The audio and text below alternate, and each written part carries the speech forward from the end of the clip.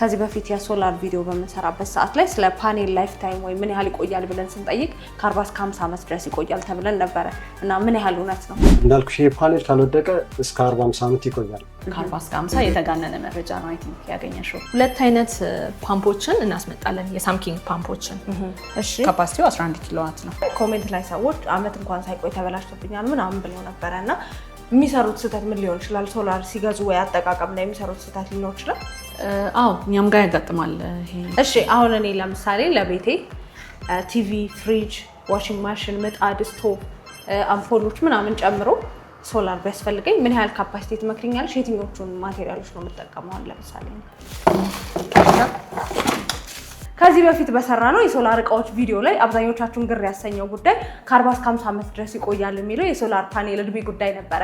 ስለዚህ ዛሬ እሱን ጉዳይ ለማጥራት እንዲሁም ደግሞ በተጨማሪ ለቤት አገልግሎት የሚውሉ ሶላሮችን ማለትም ለቲቪ፣ ለፍሪጅ፣ ለዋሺንግ ማሽን እንዲሁም ለምጣድ የሚሆኑ በእርሻ ቦታ ላይ ደግሞ የሚያገለግሉ ለመስኖ የሚሆኑ ፓምፖችንም መንቀሳቀስ የሚችሉ የሶላር ሲስተሞችን ጨምሮ የምናስቃኛቸው ይሆናል። በቆይታችን አይነታቸውን፣ ዋጋቸውን በተጨማሪ ሶላር ስንገዛ የምንሳሳተው ስህተቶችና መፍትሄውን ጨምሮ የምናስቃኛቸው ይሆናል። እኔ ቤዛዊት ነኝ። ቻናላችን ደግሞ ማራኪ ፕረስ፣ አብራችሁ ቆዩ። ሰላም ለዚህ ቤት። ሰላም እንዴት ነሽ? እንኳን ደህና መጣሽ። እንኳን ደህና ቆየሽ። ሳንጎ ሶላር አይደል? አዎ ሳንጎ ሶላር ነው። በጣም ቆንጆ። እሺ እኔ ቤዛዊት እባላለሁ። ከአንቺ ጋር እንተዋወቅ። ስምሽን፣ የስራ ድርሻሽ እንዲሁም ደግሞ ባክግራውንድሽን ብትነግሪኝ ደስ ይለኛል። እሺ አመሰግናለሁ። ቤተልሔም ኃይሌ ይባላለሁ።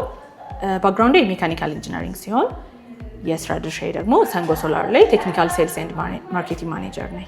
በጣም ቆንጆ። ስለዚህ ስለ ሳንጎ ሶላር እስኪ አንዳንድ ነገሮችን ንገሪኝ። ኢምፖርተር ናችሁ ወይ ሆልሴለር ናችሁ ሪሴለር የሚለውን ንገሪኝ።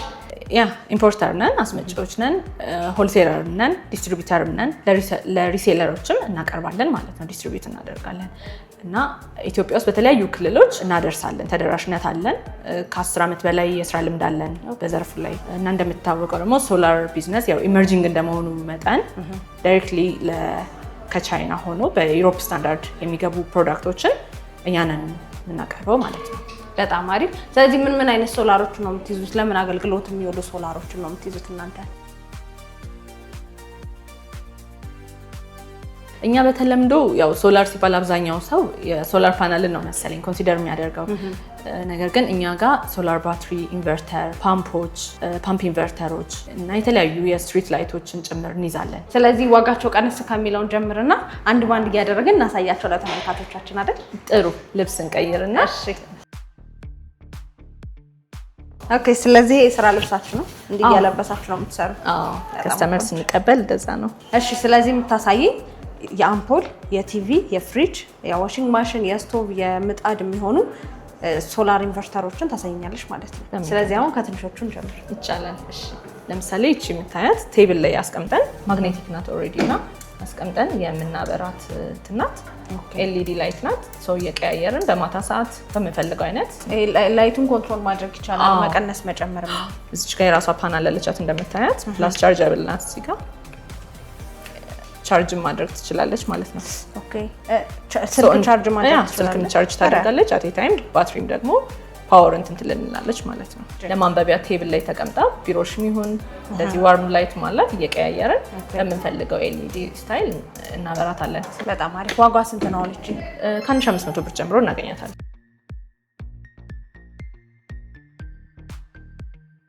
ይሄኛው ዲላይት ዲ100 ሞዴል የሚባለው ሲሆን 3 አምፖሎች ይኖሩታል እንደምታያቸው። አንደኛው ፍሎረሰንት ታይፕ ነው። የዚህኛው ሌላኛው ፈንክሽን ደግሞ ምንድነው? 9 ዋት የሚይዝ ሶላር ፓነል አብሮ ይሸጣል። ኦኬ። ይሄ እንደምታዩ ማለት ነው። እሺ።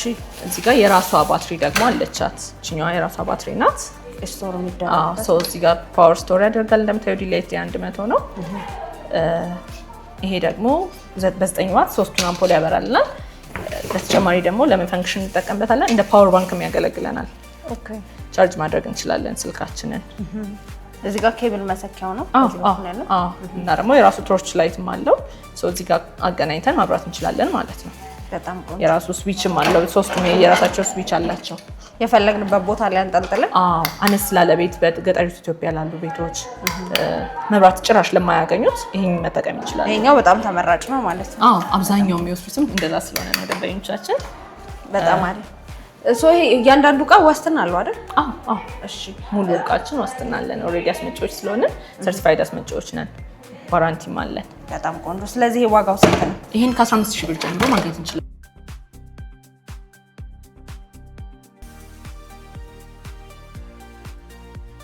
ቀጥለን ደግሞ የምናገኘው ሶላር ፍለድ ላይት ነው። ይሄኛውን በወርክሾፕ በተለያየ ኮንስትራክሽን ሰዎች ይጠቀሙታል እንደ ፓውዛ ማለት ነው። በ200 ዋት ነው ካፓሲቲ ይሄኛው የምናገኘው። ይሄ ከ20 ብር ጀምሮ ይገኛል። ከ20 ብር ጀምሮ በጣም ቆንጆ። እንደየሞዴሉ ሌላ ትናንሽ ብለሽ ስላልሽኝ እንደ አክሰሰሪ እዚህ ጋር የምታያቸውን ኤምሲቢ ዲሲ ብሬከሮች እንይዛለን በተለያየ ካፓሲቲ ማለት ነው። ከ250 አምፔር ጀምረን። ለምን አገልግሎት ነው የሚሉት እነዚህ? ይሄ አክሰሰሪ ነው። ቶታሊ ሙሉ ሲስተሙ የሚጠቀመው ማለት ነው። ልክ ከግሪድ የምንጠቀመው ወይም ከኤልፓ በተለምዶ የምንወስደው አለ አይደለ? ልክ የእነሱን ብሬከር የሚተካልን ማለት ነው ይሄኛው። ኦኬ። እነዚህን ብሬከሮችም እናስመጣለን፣ ጄኒውን የሆኑትን ማለት ነው ዲሲ ብሬከሮችን። ስለዚህ እናንተ አሁን በዋነኝነት ምን ብራንድ ነው የምታስመጡት? በዋነኝነት መስት ባትሪና ኢንቨርተር እናስመጣለን። ደዬ ባትሪና ኢንቨርተር፣ ግሮዋት ባትሪና ኢንቨርተር፣ እንደገና ጂንኮ የሶላር ፓናል እናስመጣለን በጄኤ እና በጂንኮ ብራንድ። ትሪናም እናስመጣለን በሶላር ፓናል ዋይዝ። ኤንድ የፓምፕ ኢንቨርተር ደግሞ በሆቨር ብራንድ እናስመጣለን። ኮምባይነር ቦክስ በሆቨር ብራንድ እናስመጣለን። በተጨማሪም ወደ ኋላ ስንሄድና ሳይሻለው በሳምኪንግ ብራንድ ደግሞ ሰርፌስ ፓምፕ እና ሰብመርሰብል ፓምፕ እናስመጣለን ለኢሪጌሽን ፐርፐዝ የሚውሉት። ከመጀመሪያው ከመስት ፕሮዳክቶች ልጀምርልሽ።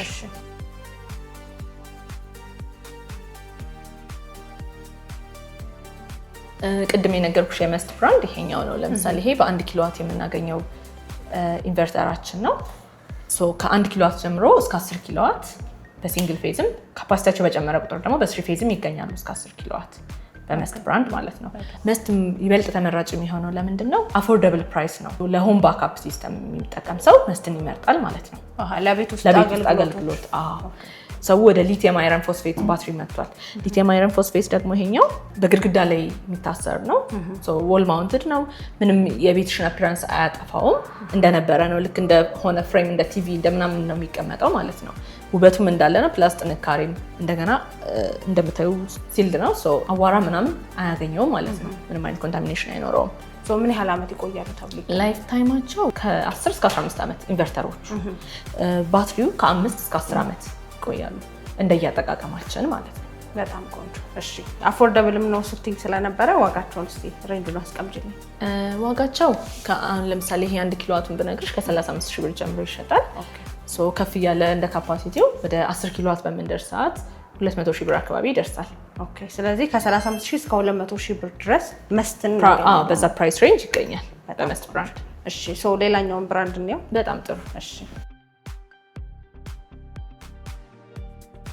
ከዚህ ቀጥለን ደግሞ የምናገኘው ቅድም እንደነገርኩሽ የግሮዋት ብራንድ ነው። ባይ ዘ ዌይ ለግሮዋት ብራንድ ሶል ኤጀንት ነን። ኢትዮጵያ ውስጥ ብቸኛ አስመጪዎች ነን። በኩራት የምንሸጠው ፕሮዳክታችን ውስጥ አንዱ ይሄኛው ነው ማለት ነው። ግሮዋት ላይ ስንመጣ የተለያዩ ፊቸሮች አፕዴት ተደርገው ነው አዲስ ፕሮዳክት ላውንች እንደመደረጉ መጠን። አዲስ ፕሮዳክት ነው ላውንች የተደረገው። አዲስ ነው እና ጀርመን ቴክኖሎጂ ነው። ዳይሬክትሊ ቻይና ለጀርመን ቴክኖሎጂ ያመረተችው ማለት ነው። ባትሪዎችም ኢንቨርተሮችም በጣም ሃይ ኳሊቲ ያላቸው ናቸው።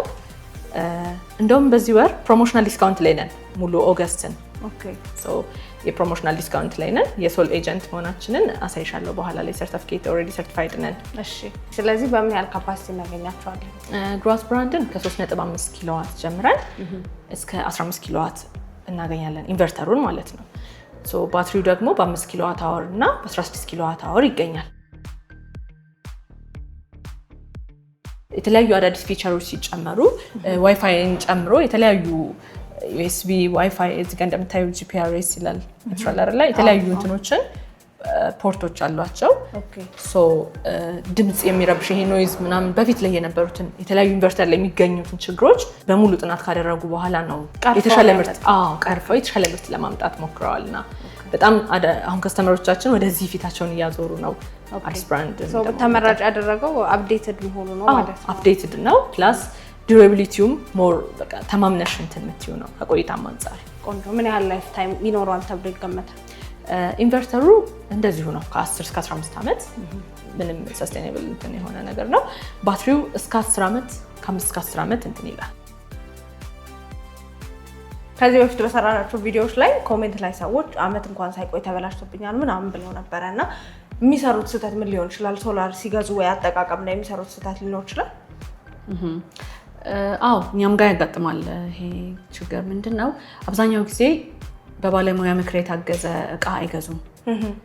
ራንደምሊ ነጋዴው ጋር በመሄድ ሁለት አይነት ነጋዴ አለ ማንኛውም ቢዝነስ ላይ። አንደኛው ስለ እቃው ስለሚሸጠው እቃ ዲፕ ቴክኒካል ኖሃው ያለው አለ። አንዳንዱ ደግሞ መሸጡ ላይ ብቻ ትኩረት ያደረገ ሰው አለ።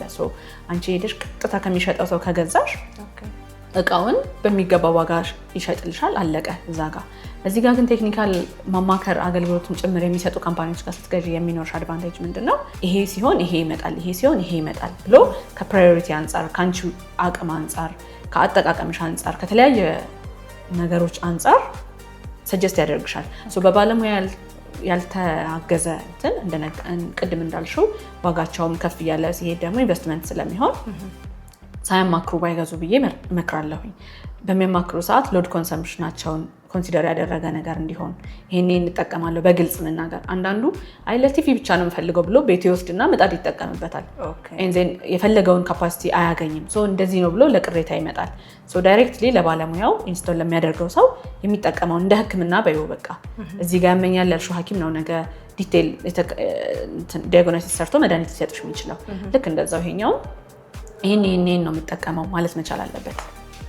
እሱን ካየ በኋላ ሎድ ካልኩሌሽን ይሰራል። እንደነገርኩሽ ቅድም ሳይዝ ይደረጋል። ከዛ በኋላ ነው ኢምፕሊመንት የሚደረገው።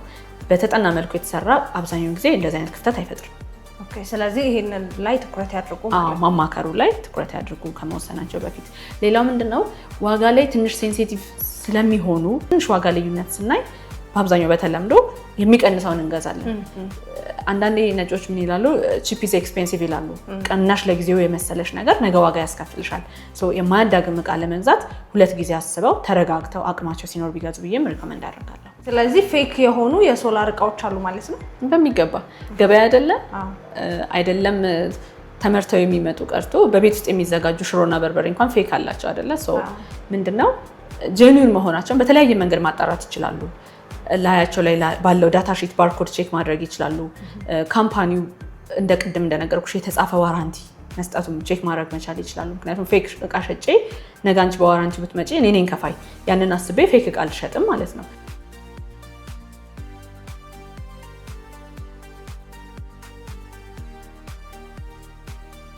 ቅድም ግሮዋት ባትሪ ብዬሻል ነበር። ከአዳዲስ ፊቸሮቹ አንዱ ይሄ ፍሎር ስታንድ ነው። እንደምታየው ሙቨብል ነው።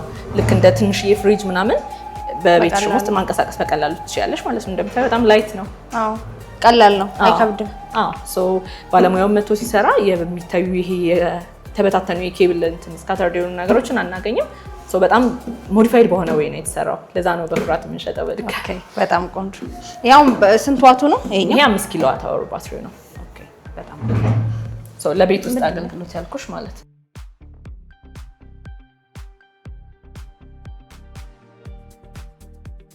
ስለዚህ ዋጋቸውን ከስንት ጀምሮ እናገኛቸዋለን?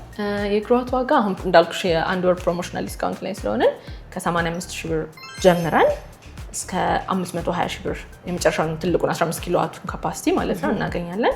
እንዲሁም ሁለቱን ታይፕ የነገርኩሽ ባትሪዎች ደግሞ በ210 ሺህ ብር እና በ520 ሺህ ብር እናገኛለን 16 ኪሎ ዋት አወሩን ማለት ነው። በጣም ቆንጆ። ስለዚህ ሌላኛውን ብራንድ ነው፣ 3 ብራንድ ነው አይተን ባትሪ እና ኢንቨርተር ላይ እንደዛ ብዬሻለሁ።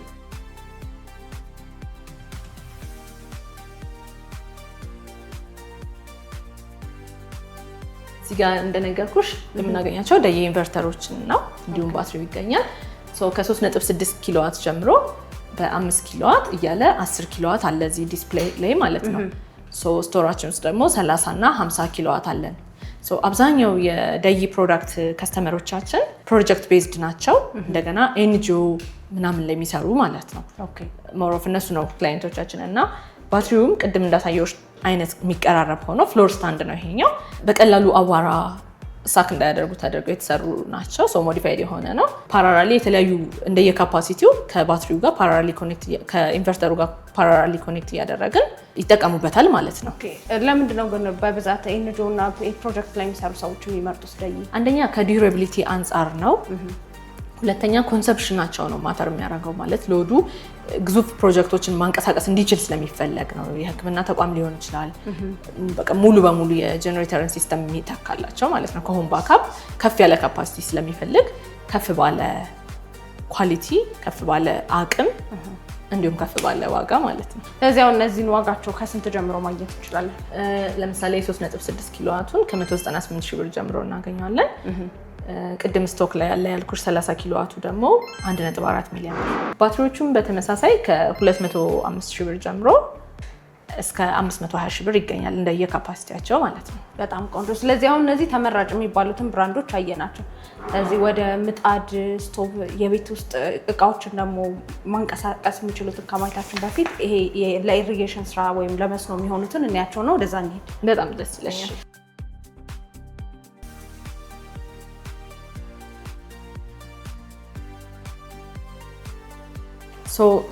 ሁለት አይነት ፓምፖችን እናስመጣለን። የሳምኪንግ ፓምፖችን ሁለት አይነት ስልሽ ከፈንክሽናቸው አንጻር ማለት ነው። የመጀመሪያው ሰብመርሰብል ፓምፕ ይባላል። ይሄ ምንድነው? ከጥልቅ ጉድጓድ ውሃ ለማውጣት ነው። ወይራስ ከተማ ውስጥም ለትላልቅ ህንፃ በሚሰራበት ሰዓት ያገለግላል እንደ ከርሰ ምድር ውሃ። ክፍለ ሀገሩም ላይ ደግሞ እንደዚሁ ከጥልቅ ጉድጓድ ውሃ ለማውጣት የሚጠቀሙበት ሰብመርሰብል ፓምፕ ነው። በተለያየ ካፓሲቲ ይመጣል ማለት ነው። ይሄኛውም የቻርጅ መቆጣጠሪያ አፓራተስ አለው፣ አብሮ ነው የሚሸጠው። ቻርጅ ኦቨርሎድ ችግር አይመጣም ማለት ነው። ፉል ሲል ራሱ ያጠፋል ማለት ነው አይደል? አውቶማቲካሊ እንትን ያደርጋል፣ አጀስት ያደርጋል። እንደ ባለሙያ እኛ ኮንሰልት ስናደርግ የምንጠይቃቸው የተለያዩ ዳታዎች አሉ ሎድ ካልኩሌት ለማድረግ ማለት ነው። ምን ያክል ዲፊውዝ እንዲያደርግላቸው እንደፈለጉ የቦታውን ጥልቀት ዴፕዙን ካልኩሌት እንድናደርግ ይሰጡናል ዳታዎቹን ማለት ነው። እሱን ቤዝድ በማድረግ ካፓሲቲውን እኛ ይሄን ያክል ዋት ነው የሚያስፈልጋችሁ ብለን ሪኮመንድ እናደርጋለን ማለት ነው። ሁለተኛው አይነት ደግሞ በተመሳሳይ ብራንድ ሆኖ ሳምኪንግ ነው ስቲል። ሰርፌስ ፓምፕ ይባላል። ይሄ ሰርፌስ ፓምፕ ደግሞ ከሀይቅ ሊሆን ይችላል፣ ከኩሬ ሊሆን ይችላል። አብዛኛው ለመስኖ ይጠቀሙታል ጠልፈው። ይሄኛውም ቅድም እንዳሳየዎች ለሰብመርሰብሉ እንዳለው ለሰርፌስ ፓምፑም የራሱ የሆነ እዚህ ስር ተገጥሞለታል የዚህ አይነት ቻርጅ መቆጣጠሪያ ማለት ነው። ለእነዚህኞቹ ደግሞ ስንት ኢንች አውትሌት እንደሆነ ለምሳሌ ይሄኛው 2 ኢንች ነው የሚባለው ይሄና ይሄኛው። ካፓሲቲው ደግሞ እዚህ ጋር ማየት እንችላለን። ከዳታሽታችን 1200 ዋት ነው ለምሳሌ ይሄኛው። የሚጠቀሙበትን ከምን ያህል ርቀት እንደሚጠልፉ ይነግሩናል። የእርሻውን ሄክታር ስፋቱን ካሬውን ይነግሩናል። እሱን ካልኩሌት አድርገን ምን ያክል ውሃ ፓምፕ አድርጎ እንዲያወጣላቸው እንደፈለጉ ጭምር ከነሱ ፍላጎት በመነሳት ነው እኛ ሙያዊ ምክር የምንለግሳቸው። ስለዚህ ይሄኛውን የምንጠቀመው ኦልሬዲ ከወንዝ ወይ ከሀይቅ ላይ ለመሳብ ነው። ይሄኛው ደግሞ ከመሬት ከጥልቅ ለመሳብ ነው ማለት ነው። በማንኛውም ሰዓት የራሱ የሆቨር ፓምፕ ኢንቨርተር አስመጪዎች ነን። እነዚህ ደግሞ ልክ ቅድም ለሆም ባካፕ ኢንቨርተር ከባትሪ ጋር ኮላብ አድርጎ ነው የሚሰራው ተባብለናል ነበረ። ምክንያቱም ባትሪው ስቶሬጁ ነው፣ ኢንቨርተሩ ደግሞ ከሶላር ፓናሉ የሚወስደውን ወደ ኤሌክትሪካል ኤነርጂ የሚቀይርልን አይደለ? ልክ እንደዛው ለፓምፖቹም ያስፈልጋቸዋል። በሆቨር ብራንድ ኮምባይነር ቦክስ እናስመጣለን። በዋነኝነት ግን ፓምፕ ኢንቨርተር አስመጪዎች ነን። ካፓሲቲ ከ2.2 ኪሎዋት አንስተን እስከ 110 ኪሎዋት ድረስ እናስመጣለን።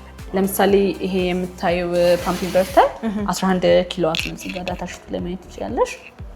እሺ፣ ካፓሲቲው 11 ኪሎዋት ነው።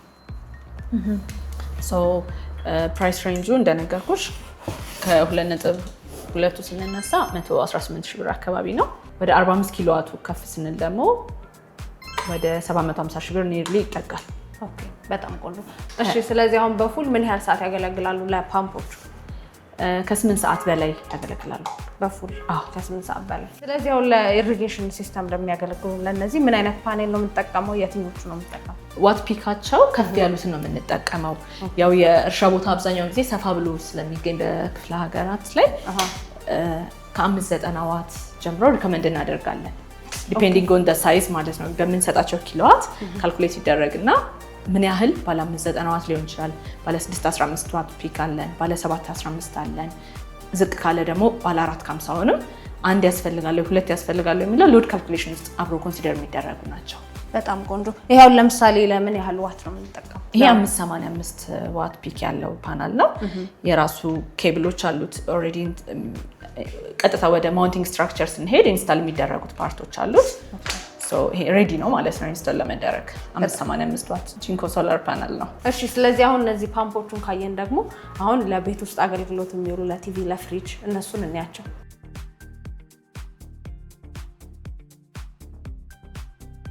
እሺ አሁን እኔ ለምሳሌ ለቤቴ ቲቪ፣ ፍሪጅ፣ ዋሺንግ ማሽን፣ ምጣድ፣ ስቶቭ፣ አምፖሎች ምናምን ጨምሮ ሶላር ቢያስፈልገኝ ምን ያህል ካፓሲቲ ትመክሪኛለሽ? የትኞቹን ማቴሪያሎች ነው የምጠቀመው? ለምሳሌ ኦኬ ሶ ለሆም ባክአፕ ማለት ነው አጠቃላይ። እንደዛ ከሆነ ሪኮመንድ ማድረግሽ 3.5 ኪሎዋት ግሮዋት ኢንቨርተራችንን ከ5 ኪሎዋት ባትሪው ጋር በራሱ ከዛ በኋላ ፓናሎችን ቅድም ያሳየውሽኝና አለ አይደለ ባይፋሻል ሶ እነሱ ሞኖክሪስታሊን ባይፋሻል ፓናሎቹን ካልኩሌት አድርገን ከቤት ሽንትን ጋር ማለት ነው ሶ እሱን እንወስዳለን። ሶ አዝ ኤ ሲስተም ፕራይስ ዋይዝ ከ385 ሺህ ብር ኒርሊ እስከ 410 ሺህ ብር ሊሄድ ይችላል። አክሰሰሪ ኬብሎች አሉ፣ ብሬከሮች አሉ ከጀርባ የሚያግዙን ማለት ነው። ምን ያህል ፓኔል ሊያስፈልገኝ ይችላል? ለነገርኩሽ ሲስተም 6 ባለ 585 ዋት ፒክ ፓናል እንጠቀማለን ማለት ነው። ከዚህ ጋር አያይዤ የኢንስታሌሽን ሰርቪስ ትሰጣላችሁ? ዴሊቨሪ አዲስ አበባ ውስጥ እንሰጣለን። ክፍለ ሀገር በሚሆንበት ሰዓት ደግሞ እስከ መጫኛ ቦታው ድረስ እንደዚሁ ዴሊቨሪ እናደርጋለን። የኢንስታሌሽን በሙሉ የኢትዮጵያ ክልሎች ስታንድ ባይ ሆነው የሚጠብቁን ኢንስታሌሽን ባለሙያዎች አሉ፣ ኢንስታሌሽን ኢንጂነሮች። ሶ ምንድነው የምናደርገው? ክፍለ ሀገር ለምሳሌ አንቺ መላክ ብትፈልጊ ከዚህ ከላክን በኋላ እዛ ደግሞ ኢንስታሌሽኑን የራሳቸው አክሰሰሪዎችም ጨምረው ምን ብለው ሁሉም ነገር ጨርሰው እንትን ይላሉ። ፕራይስ ስንሰጥ ዩዥዋሊ ፕሮፎርማ ላይ ኢንስታሌሽን ፕራይስም ኢንክሉድ እናደርጋለን ማለት ነው። ዴሊቨሪው ፍሪ ነው። ለምን ያህል ዓመት ዋስትና ትሰጣላችሁ? ዋጋቸው ከፍ ያለ እቃዎችንም ስለሆነ የምትሸጡት። ልክ ነሽ። ምንድን ነው የሚሆነው የኢንቨርተር እና የባትሪ የፓናል እያለን ዋራንቲያቸው ይለያያል። እንዲሁም ደግሞ የሞዴላቸውም ኢንቨርተርም ሆኖ ብራንድና ሞዴል ማተር ያደርጋል። የማኒፋክቸረር ዋራንቲ ስለምንሰጥ ማለት ነው። የኛ ማኒፋክቸረሮች የሚሰጡንን ዋራንቲ በምንሰጥ ወቅት ለምሳሌ ኢንቨርተር ከ2 ዓመት ጀምሮ እስከ 5 ዓመት ዋራንቲ የሚሰጡ አሉን፣ አኮርዲንግሊ እንደ ሞዴሉ ማለት ነው። ባትሪ ላይ ስንሄድ 5 ዓመት ዋራንቲ አለው።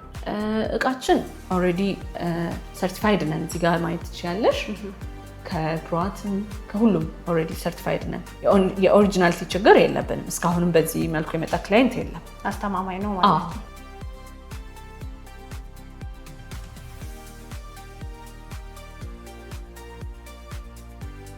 ከዚህ በፊት የሶላር ቪዲዮ በምንሰራበት ሰዓት ላይ ስለ ፓኔል ላይፍ ታይም ወይ ምን ያህል ይቆያል ብለን ስንጠይቅ ከ40 እስከ 50 ዓመት ድረስ ይቆያል ተብለን ነበረ እና ምን ያህል እውነት ነው? እንዳልኩሽ ይሄ ፓኔል ካልወደቀ እስከ 40-50 ዓመት ይቆያል። ዩዥዋሊ ፓናል እድሜያቸው ከ20 እስከ 25 ዓመት ነው። ከ40 እስከ 50 የተጋነነ መረጃ ነው አይ ቲንክ ያገኘሽው። ከ20 እስከ 25 ዓመት ነው። ቤዝድ ኦን የኛ ጥንቃቄ ነው። ፓናል ላይ ለምሳሌ መውሰድ ያለብን ጥንቃቄ የመጀመሪያው ከምጫኑ ጀምሮ ነው። ፓናል በሚጫን ሰዓት አብዛኛው ጊዜ እነዚህ ሴሎቹ ክራክ የማድረግ እንትን አላቸው፣ ማለት ያልተገባ አጫጫን ሲጫኑ ማለት ነው። እዚህ ጋር ሴሎቹ ሊጎዱ ስለሚችሉ በጥንቃቄ መጫን ይፈልጋል። ኤስፒዲ የሚባል ብሬከር አለ፣ ሰርጅ ፕሮቴክቲቭ ዲቫይስ ማለት ነው። መብረቅን ጭምር የሚከላከልልን ነው። በባለሙያ የተገጠመ ፓናል ከ20 እስከ 25 ዓመት ያለምንም ችግር ሰስቴን ያደርጋል፣ ሊቆይ ይችላል። በጣም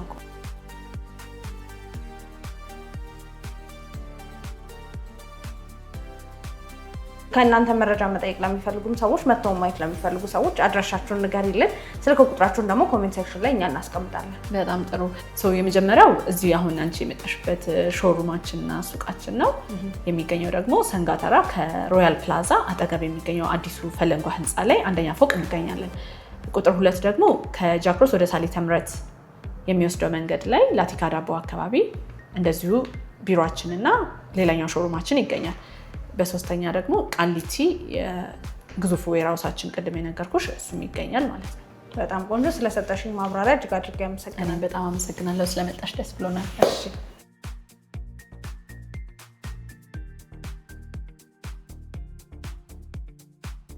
እንግዲህ ተመልካቾቻችን ዛሬ በሰንጎ ሶላር የነበረን ቆይታ ይመስል ነበረ። ጥሩ ጠቃሚ መረጃ እንዳደረጋችሁበት ተስፋ እናደርጋለን። ስትገዙ ደግሞ የራሳችሁን ማጣራት አድርጋችሁ እንድትገዙ እንመክራለን። ከዚህም በፊት የሰራነው የሶላር ቪዲዮ ስላለ እሱን ገብታችሁ ማየት እንዳትረሱ። እንደዚህ አይነት ወቅታዊና ጠቃሚ መረጃ እንደርሳችሁ ከፈለጋችሁ ቻናላችንን ሰብስክራይብ በማድረግ ቤተሰብ ይሁኑ። በቀጣይ ቪዲዮ እንገናኛለን። መልካም ጊዜ